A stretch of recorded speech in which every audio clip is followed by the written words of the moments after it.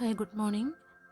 ഇന്ന് ഞാൻ ചോദിച്ച ചോദ്യം, ഇന്ന് നിങ്ങൾ ഫേസ് ചെയ്യുന്ന, ഞാൻ ഉൾപ്പെടെയുള്ള എൻ്റെ വ്യൂവേഴ്സ് ഫേസ് ചെയ്യുന്ന ഒരു പ്രോബ്ലത്തിന്, അവരാൽ ഒരു സൊല്യൂഷൻ കണ്ടുപിടിക്കാൻ പറ്റാത്ത ഒരു പ്രോബ്ലത്തിന് എന്ത് പരിഹാരമാണ്, എന്ത് സഹായമാണ് യൂണിവേഴ്സിൻ്റെ ഭാഗത്ത് നിന്ന് ഉണ്ടാകുന്നത്, എന്താണ് നമ്മൾ ചെയ്യേണ്ടത് എന്നാണ്. അപ്പോൾ ഒരു അൺവാണ്ടഡ് ആയിട്ടുള്ള ഒരു ഡിസ്ട്രക്റ്റീവ് ഫേസാണ്, അതായത് തണ്ടർ ബോൾട്ട്.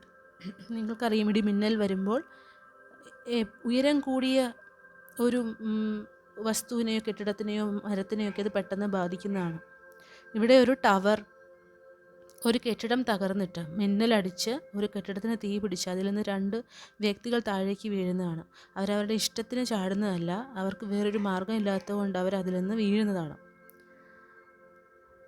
ആ ഒരു തകർച്ച ഒരു കെട്ടിടത്തിൽ നിന്ന് വീഴുന്നതായിട്ടുണ്ടെങ്കിലും നമ്മളുടെ മനസ്സിൽ അതിൻ്റെ ബാക്ക് സൈഡിൽ ഒരു ബുദ്ധൻ്റെ രൂപം കാണാം. അത് ഇതിനെല്ലാം സാക്ഷിയായിരിക്കുന്ന ഒരു കോൺഷ്യസ്നെസ്സാണ്, പ്രപഞ്ചത്തിനെയാണ് പ്രതിനിധീകരിക്കുന്നത്. വേണമെങ്കിൽ നമ്മുടെ ശിരസിൽ, നമ്മുടെ തലച്ചോറിനുള്ളിലുള്ള ചിന്തകൾ, അൺവാണ്ടഡ് ആയിട്ടുള്ള ഒരു വികാരങ്ങൾ എല്ലാം തകർന്നു പോകുന്നതിൻ്റെ ഒരു സിമ്പിളായി കൂടി കാണാവുന്നതാണ്. ചിലപ്പോൾ നമ്മുടെ ജീവിതത്തിൽ നിന്ന് വ്യക്തികൾ നഷ്ടപ്പെടുന്നതായിരിക്കാം. നമ്മൾ തന്നെ വിചാരിച്ചു വച്ചിരിക്കുന്ന ഒരു പ്ലേസിൽ നിന്ന്, ഒരു വേൾഡിൽ നിന്ന്, ഇമാജിനറി വേൾഡിൽ നിന്ന് നമ്മൾ തന്നെ താഴെ വിടുന്നതായിരിക്കാം. ഇത് കാണുന്ന എല്ലാവർക്കും പല രീതിയിലായിരിക്കും റെസനേറ്റ് ചെയ്യുക. ഏതെങ്കിലും തരത്തിലൊരു ഡിസ്ട്രക്ഷൻ, സഡൻ ആയിട്ടുള്ള, അൺഎക്സ്പെക്റ്റഡ് ആയിട്ടുള്ള, പ്രതീക്ഷിക്കാതിരുന്ന പെട്ടെന്നുള്ളൊരു ചേഞ്ച്, ഏത് തരത്തിലായാലും, ഏത് മേഖലയിലായാലും, നമ്മളുടെ വേണ്ടപ്പെട്ടവരുടെ നഷ്ടപ്പെടലോ നമ്മളുടെ തന്നെ നമുക്ക് തന്നെ ഉണ്ടാകുന്ന പ്രോബ്ലങ്ങളോ ആയിരിക്കാം ഇത് റെപ്രസെൻ്റ് ചെയ്യുന്നത്. എന്തായാലും ആ തീവ്രത നിങ്ങൾക്ക് മനസ്സിലായി കാണും. അൺഎക്സ്പെക്റ്റഡ് ആയിട്ട് ഇടിവെട്ടി, മിന്നലടിച്ച്, തീ പിടിച്ച് അതിൽ നിന്ന് ഒന്നുകിൽ നമ്മുടെ വസ്തുവകകൾ നഷ്ടപ്പെടുന്നു, അല്ലെങ്കിൽ നമ്മുടെ പണമോ പദവിയോ മറ്റുള്ളവരുടെ ജീവിതത്തിൽ നമുക്കുള്ള സ്ഥാനമോ എല്ലാം നഷ്ടപ്പെടുന്നു. പക്ഷേ നമ്മളത് കാണേണ്ടത് വേറൊരു വ്യക്തിക്ക്, അല്ലെങ്കിൽ നമുക്ക് സംഭവിച്ചു എന്ന് പറഞ്ഞ് തളർന്നിരിക്കാതെ, അത് സംഭവിച്ചു, ശരിയാണ്, പക്ഷേ ഇടിമിന്നലേറ്റ് കരിഞ്ഞുപോയ സ്ഥലത്ത് വീണ്ടും പുല്ല് കിളിർക്കാറുണ്ട്, ആ ഭൂമി വീണ്ടും ഫലഭൂയിഷ്ടമാകാറുണ്ട്. അതുപോലെ ഒരു പുതു നാമ്പ്, ഒരു പുതു പ്രതീക്ഷ നമുക്കും ലഭ്യമാണ്. അതുപോലെ തന്നെ മിന്നലടിച്ച് കത്തിയ സ്ഥലത്ത്, അല്ലെങ്കിൽ ആ ഒരു വായു, ആ ഒരു പ്രദേശം, ആ ഒരു അന്തരീക്ഷം, അത് പ്യൂരിഫൈ ആവാറുണ്ട്. അവിടുത്തെ അൺവാണ്ടഡ് ആയിട്ടുള്ള എലമെൻറ്റ്സ് മാറി അവിടുത്തെ അന്തരീക്ഷം, വായു പ്യൂരിഫൈ ആവാറുണ്ട്. ഒരു പ്രശ്നം ഇപ്പോൾ സംഭവിച്ചു എന്ന് കരുതി അത് നമ്മളുടെ നല്ലതിനാണ് എന്നുകൂടെ അത് കണക്കിലെടുക്കാൻ നിങ്ങൾ ഇന്ന് ശ്രമിക്കേണ്ടതാണ്. അതായത് എന്തു തന്നെ ഒരു ഇമോഷണൽ അല്ലെങ്കിൽ ഫിസിക്കൽ ഡിസ്ട്രക്ഷൻ സംഭവിച്ചാലും സമചിത്തതയോടുകൂടി അതിനെ കാണുക, പ്രതീക്ഷ കൈവിടാതിരിക്കുക. നമ്മൾക്ക് അർഹമായ ഒരു പുതിയ സമയം, പുതിയ ജീവിതം, കഷ്ടത്തിന് അവസാനം ആയിട്ട് പെട്ടെന്ന് തന്നെ, ഇത് സഡൻ ആയിട്ട് നടക്കുന്നൊരു കാര്യമാണ്, അത് കഴിഞ്ഞ് നിങ്ങൾക്ക് ലഭ്യമാണെന്ന് ഉറച്ചു വിശ്വസിക്കുക. അതാണ് നിങ്ങൾക്ക് വേണ്ട മനോഭാവം. നിങ്ങളുടെ ആ ഒരു പ്രോബ്ലം സംഭവിക്കുക, അല്ലെങ്കിൽ മനസ്സിലോ അല്ലെങ്കിൽ പുറത്തോ സംഭവിച്ചു കഴിയുമ്പോൾ പെട്ടെന്ന് തന്നെ നിങ്ങൾ അതിനോട് കോപ്പപ്പ് ചെയ്യാൻ പാടുപെടും. പക്ഷേ നിങ്ങൾ എന്ത് മെത്തേഡ് പിന്തുടരണമെന്ന് വെച്ചാൽ സിമ്പിൾ ആവുക. ഒരു കഴിഞ്ഞത് കഴിഞ്ഞു എന്നുള്ളൊരു മനോഭാവമാകാം, അല്ലെങ്കിൽ എന്ത് ചെയ്യണമെന്ന് എനിക്കൊരു ഗൈഡൻസ് കിട്ടണേ എന്നുള്ളൊരു പ്രാർത്ഥനയാവാം. എങ്ങനെയായാലും നിങ്ങൾ സിമ്പിൾ മൈൻഡഡ്, ഹാർട്ടഡ് ആവണം.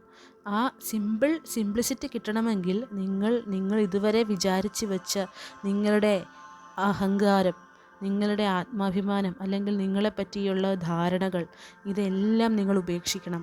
പ്രതീക്ഷകൾ, എസ്പെഷ്യലി പ്രതീക്ഷകളെല്ലാം ഉപേക്ഷിക്കണം. നിങ്ങൾ ശാന്തരായി ഇരുന്ന് നിങ്ങളുടെ മനസ്സ്, ഹൃദയം എന്താണ് നിങ്ങളോട് പറയുന്നതെന്ന് കേൾക്കാൻ ശ്രമിക്കണം. വളരെ പതിയെ, സമയമെടുത്ത്, ദീർഘശ്വാസമെടുത്ത്, കണ്ണുകളടച്ച് നിങ്ങൾക്കിരിക്കാവുന്നതാണ്. പതിയെ ശ്രമിച്ചു നോക്കാവുന്നതാണ്. സിംപ്ലിസിറ്റി കൂടുമ്പോഴാണ് നിങ്ങളുടെ സ്വന്തം ഹൃദയം എത്ര സമാധാനത്തോടെ, എത്ര താളത്തോടെയാണ് മിടിക്കുന്നതെന്ന് നിങ്ങൾക്ക് മനസ്സിലാക്കാൻ പറ്റുക.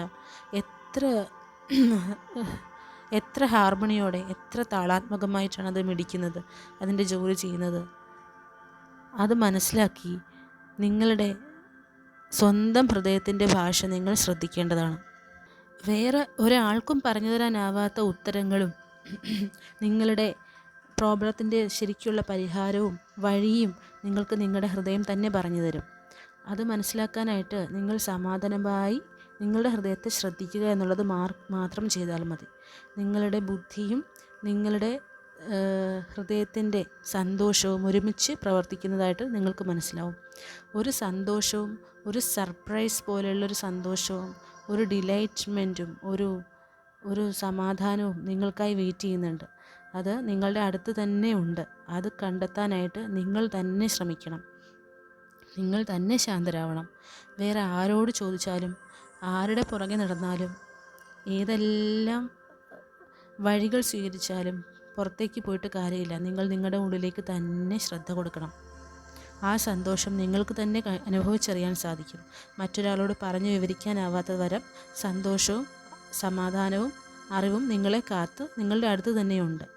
അപ്പോൾ ഇന്ന് അല്ലെങ്കിൽ സമീപകാലത്തായിട്ട് നിങ്ങൾക്കുണ്ടാകുന്ന ഈ ഒരു പ്രോബ്ലം നിങ്ങൾ ഈ ഒരു മൈൻഡ് സെറ്റോടു കൂടി, സമാധാനത്തോടു കൂടി, ഇവിടെ മൊത്തം ചുവപ്പാണ്, ചുവപ്പ്, കറുപ്പ്, red and black and yellow colour, destruction, ദേഷ്യം, പിന്നെ പാഷൻ, അനാവശ്യമായിട്ടുള്ള ഒബ്സഷൻ, പാഷൻ, ഇതെല്ലാം അവിടെ ഉണ്ടായിരിക്കണം. അതെല്ലാം മാറിയിട്ട് ബ്ലൂ കളറാണ്.